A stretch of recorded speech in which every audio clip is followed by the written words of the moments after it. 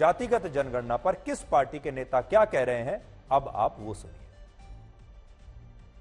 कमजोर वर्ग के लोग, नुनिया समाज के लोग, चंद्रवंशी समाज के लोग, मल्लाह समाज के लोग, धानुक समाज के लोग, सब लोग का यही कहना था कि उनके टोला में, मोहल्ला में आज तक किसी ने पूछा ही नहीं।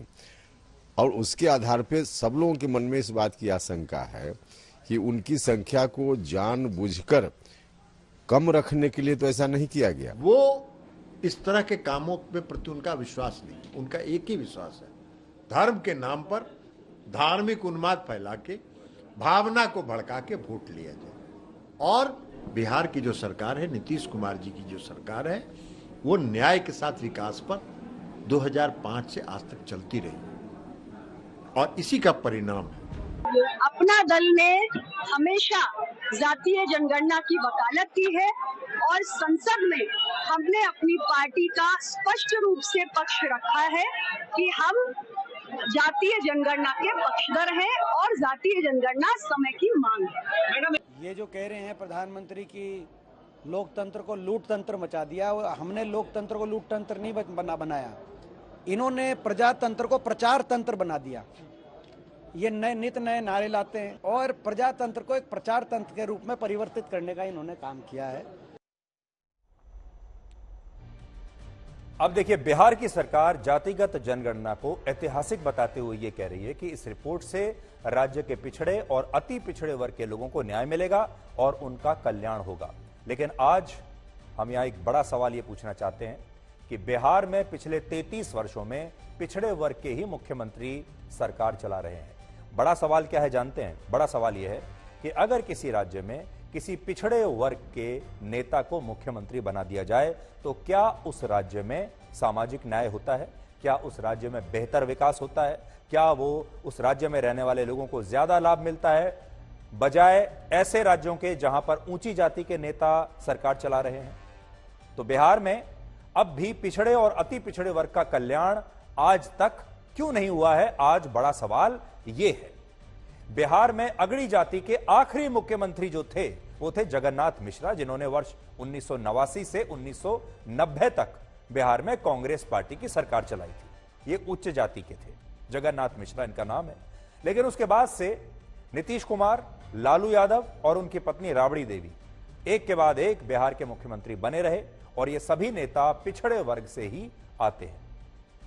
तो 1990 के बाद से अब सोच लीजिए 2023 आ गया, यानी लगभग 33 साल से बिहार में पिछड़ी जाति के नेता मुख्यमंत्री रहे हैं। पिछड़ी जाति की जो पार्टियां हैं, जो अपने आप को बताती हैं हम पिछड़ी जातियों की पार्टियां हैं, वो सरकार चला रही हैं। अब बड़ा सवाल यह है कि 3 दशक तक ये लोग सत्ता में रहे, आज भी जो ओबीसी हैं और जो दूसरा पिछड़ा वर्ग है, आज भी उनकी गरीबी दूर कैसे नहीं हुई? अगर इसी से गरीबी दूर होती है, इसी से बिहार में विकास होता कि अगर आप पिछड़ी जाति के किसी मुख्यमंत्री को अगर सरकार में बैठाएंगे तो वो ज्यादा अच्छा काम करेगा, तो बिहार में ये क्यों नहीं हुआ? नीतीश कुमार कुर्मी है और कुर्मी जाति के लोग पिछड़े वर्ग में आते हैं। लालू यादव और राबड़ी देवी भी पिछड़े वर्ग से ही आते हैं। दलित समुदाय से आने वाले पूर्व मुख्यमंत्री जीतन राम मांझी को छोड़कर पिछले 33 वर्षों से बिहार के मुख्यमंत्री पिछड़े वर्ग से ही हैं। लेकिन इसके बावजूद बिहार आज भी प्रति व्यक्ति आय के मामले में देश के सभी राज्यों और केंद्र शासित प्रदेशों की सूची में सबसे नीचे है। तो अगर पिछड़ी जाति के मुख्यमंत्री ही कुछ कर सकते थे तो उन्होंने यहां क्यों नहीं किया? नीतीश कुमार ने, लालू यादव ने, राबड़ी देवी ने यह चमत्कार क्यों नहीं किया? वर्ष 2000 में बिहार से अलग हुए झारखंड की स्थिति आज बिहार से बेटर है, बिहार से अच्छी है। लेकिन जिस बिहार में पिछले 33 वर्षों से पिछड़े वर्ग के मुख्यमंत्री ही सरकार चला रहे हैं, वही नेता आज ये कह रहे हैं कि बिहार में पिछड़े और अति पिछड़े वर्ग का कल्याण करना बड़ा जरूरी है। तो भाई 33 साल से आपने ये कल्याण क्यों नहीं किया? आपको किसने रोक कर रखा था पिछले 33 साल में पिछड़े और अति पिछड़े वर्ग का कल्याण करने से? और ये कल्याण करने का जो नया जोश है, ये अभी क्यों आया है?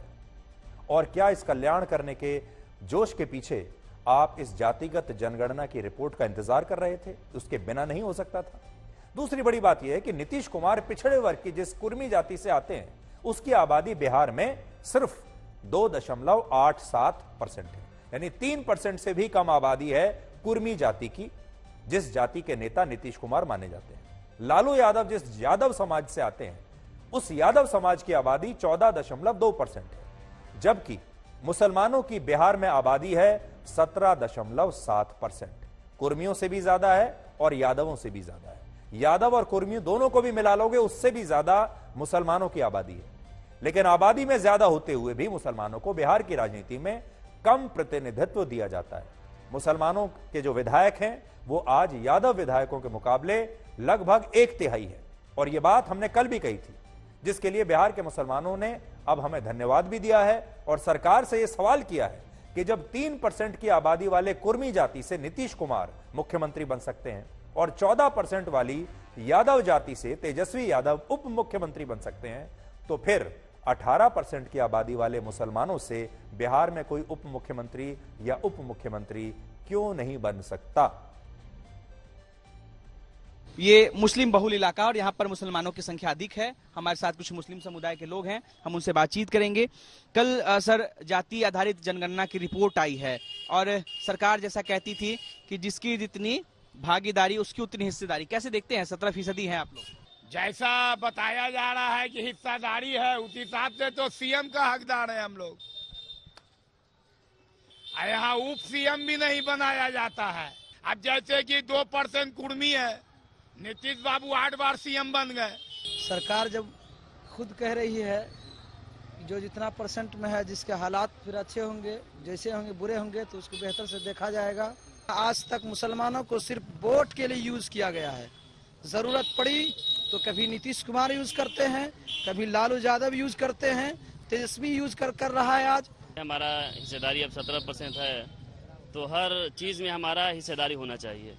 हमारा एमएलए नहीं है, हमारा एमपी नहीं है, और शिक्षा में हमारी हालात देखा जाए तो सबसे ज्यादा बुरा है। तो हम चाहते हैं कि जहाँ जहाँ सीट खाली है और जो परसेंटेज जहाँ पर जितना लेना है सरकार को, वो कोटा को पूरा करे और सरकार उसको भर्ती करे, क्योंकि यहाँ मुसलमानों की हालत बहुत बदतर है। दलित से भी बदतर हो रही है हालत। जाति गणना को करके ये लोगों को दिखाया है कि तुम कितने परसेंट हो, तो हम सेकंड पोजीशन पे आए हैं, तो इसलिए हम लोग को भागीदारी मिलना चाहिए।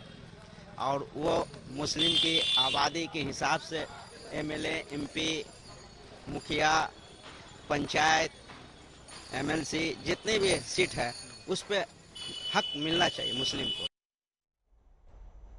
तो देखिए, विश्लेषण हमने कल आपको दिखाया था और उसका कितना असर हुआ कि आज बिहार के मुसलमान अपने हक की बात कर रहे हैं और वो कह रहे हैं कि जिसकी जितनी आबादी उसके हिसाब से ही अगर भागीदारी करनी है, आबादी के हिसाब से भागीदारी अगर होनी है, तो फिर सबसे ज्यादा भागीदारी तो हमारी होनी चाहिए।